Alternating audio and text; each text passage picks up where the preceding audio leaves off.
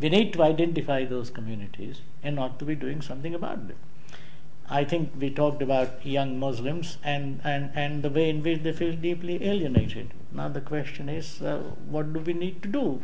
Now, similar sort of problem had appeared in relation to the Afro-Caribbean communities. And there, the supplementary schools, the Afro-Caribbean churches took control of the situation and told parents, rather than depend on the state or society for every problem that we have, how can we take control of our own lives and what should we be doing? So we need to be spending quite a bit of time addressing specific communities and suggesting what they can do to take charge of their own problems, while at the same time addressing the wider society about what it can do. So this is the kind of multi-pronged strategy which would attract me. Great, thank you so much. A great example of being thoughtful about policy. Can we thank Lord Parekh for his contribution to that?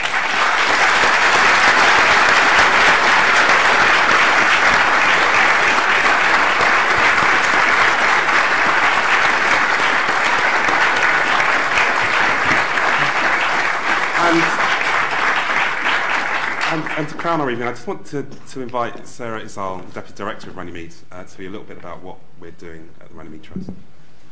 Thank you very much. I'm conscious that some people probably can't see me behind this gigantic lectern, so I'm going to try and speak up, and at least you can hear me. Well, it's very tough to follow what a really inspiring presentation and discussion. I just want to give you a few concluding thoughts on the situation and how Runnymede fits into it. Last year, our director, Rob, speaking at the 2009 Jim Rose lecture, concluded the event by pointing out that we live in interesting times. Well, today we not only live in interesting times, we live in challenging ones. Recent arguments on race equality have focused on racism being a problem of the past. I'm sure you're aware of those. That it is given too much focus today, and that inequality is more likely caused by other factors such as socioeconomic background, class, or sometimes even the cultural choices made by ethnic minority communities themselves.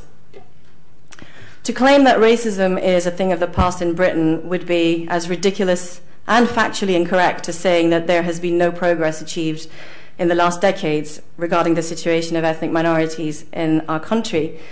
However, improvement does not mean that the problem has disappeared.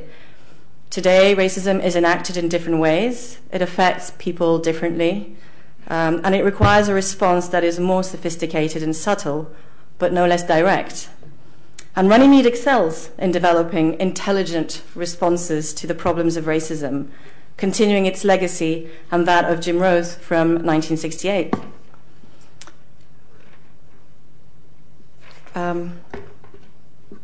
So how do we at Runnymede respond to these claims, and how importantly do we respond to racism? We do that by exposing racism and showing through independent evidence-based research, and that is particularly important, that it continues, that racism continues to affect the daily lives of people.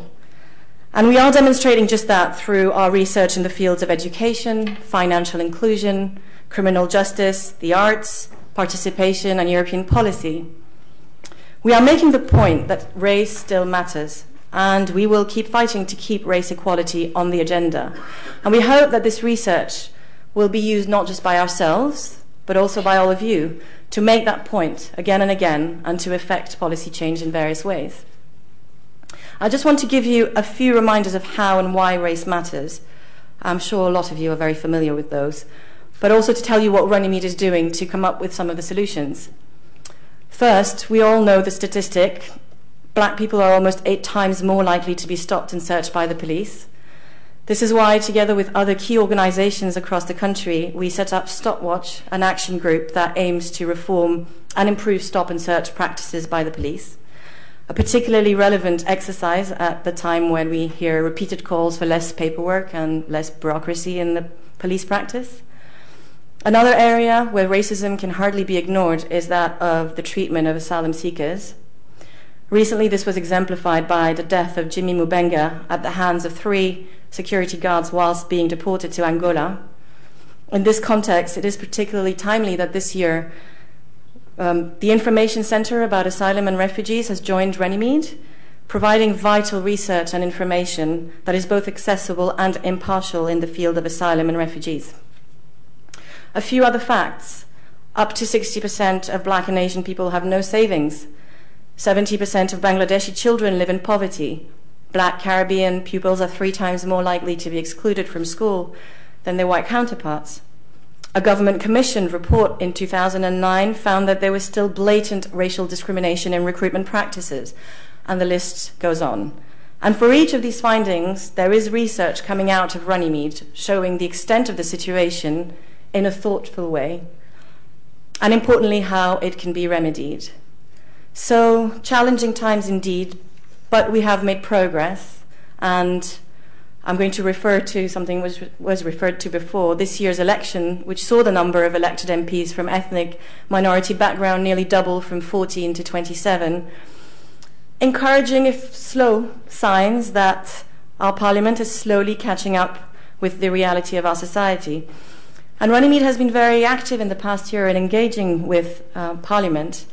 We have revived and we hold a secretariat for the all-party parliamentary group on race and community, which is chaired by Diane Abbott. And we are building important links with MPs and peers, championing the issues in parliamentary debates and questions that we have raised in our research. So this is perhaps a short, small answer and contribution to what they are doing for our cause. We are also keen to look not just at the present, but at what the situation will be in future. And an important component of our work has been to encourage dialogue and debate on race equality with a wide range of people. For instance, through our project Generation 3.0, we are working with young people in Birmingham, engaging them in discussions between themselves and older people to talk about their experiences of racism and capturing this on films which will be available on our website in the new year. We are thinking about the future shape of our public services. We are investigating whether the proposed big society can be a racially just society. In addition, this year we set up the Runnymede 360, a national network connecting aspiring and established leaders in race equality across the country and across sectors.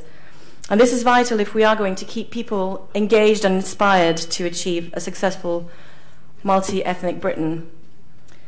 So this is just a snapshot of the excellent work that the Runnymede team is doing at present. And I invite you to go on our great website, which is highlighted there behind Rob, to read our reports, to watch the films we've produced, to listen to the podcasts we've recorded. All these demonstrate that despite the challenging climate of cuts and statements that racism is on its way out, there is still a long way to go before we can claim to have achieved our founders' initial goal 42 years ago of nailing the lie of racism.